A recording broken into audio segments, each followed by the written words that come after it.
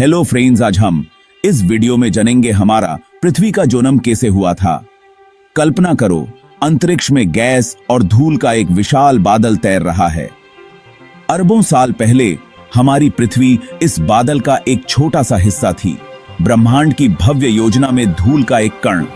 लेकिन इस साधारण शुरुआत से हमारा ग्रह जीवन से भरपूर पैदा हुआ था।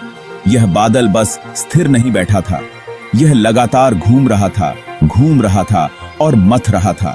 इस ब्रह्मांडीय नृत्य में धूल और गैस के छोटे छोटे कण आपस में टकराने लगे।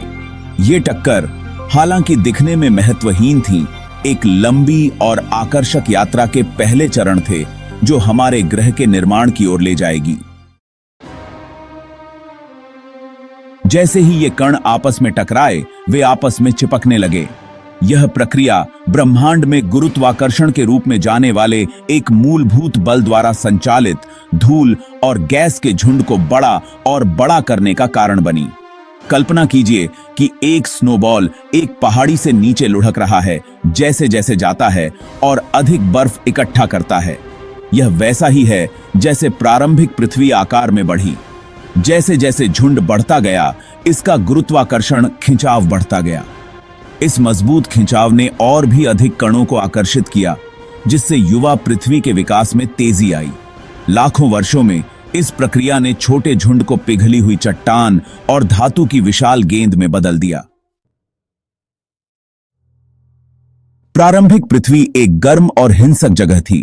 धूल और चट्टान की निरंतर बमबारी पृथ्वी के भीतर रेडियोधर्मी क्षय द्वारा उत्पन्न गर्मी के साथ सतह को पिघला हुआ रखती है। तीव्र गर्मी से चमकते हुए तरल चट्टान के समुद्र की कल्पना करो। जैसे जैसे लाखों वर्ष बीतते गए, पृथ्वी धीरे धीरे ठंडी होने लगी। पिघली हुई चट्टान की बाहरी परत जम गई, जिससे पहली पपड़ी बन गई।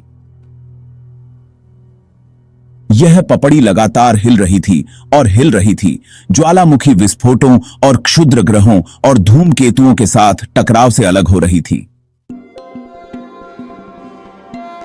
भाग 4, महासागरों और एक वायुमंडल का जन्म।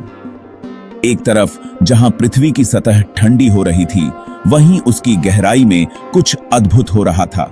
ज्वालामुखी फट पड़े, जिससे पृथ्वी के आंतरिक भाग से गैसें निकलीं। जल वाष्प, कार्बन डाइऑक्साइड और नाइट्रोजन सहित इन गैसों ने प्रारंभिक वातावरण का गठन किया। जैसे जैसे पृथ्वी ठंडी होती गई, वायुमंडल में जल वाष्प संघनित होता गया। ठंडी सतह पर बारिश हुई, जिससे निचले इलाकों में पानी भर गया और पहले महासागरों का निर्माण हुआ।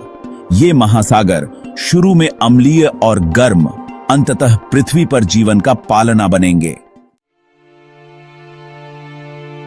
भाग 5, जीवन का चमत्कार।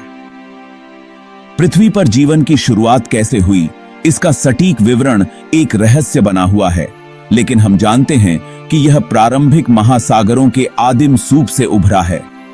सरल, एकल कोशिका वाले जीव उत्पन्न हुए, जो सूर्य से और अपने आसपास के रसायनों से ऊर्जा का दोहन करते थे।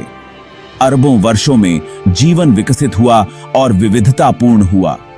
इन विनम्र शुरुआत से पृथ्वी पर जीवन फला फूला, अंततः पौधों और जानवरों की अविश्वसनीय विविधता को जन्म दिया, जिसे हम आज देखते हैं, जिसमें हम भी शामिल हैं। भाग 6, हमारी अनमोल पृथ्वी। आज पृथ्वी एक जीवंत ग्रह है जो जीवन से भरपूर है। यह हमारा घर है, ब्रह्मांड में एकमात्र ऐसा स्थान है जहां जीवन है। इसके जन्म की कहानी प्रकृति की अविश्वसनीय शक्ति का प्रमाण है।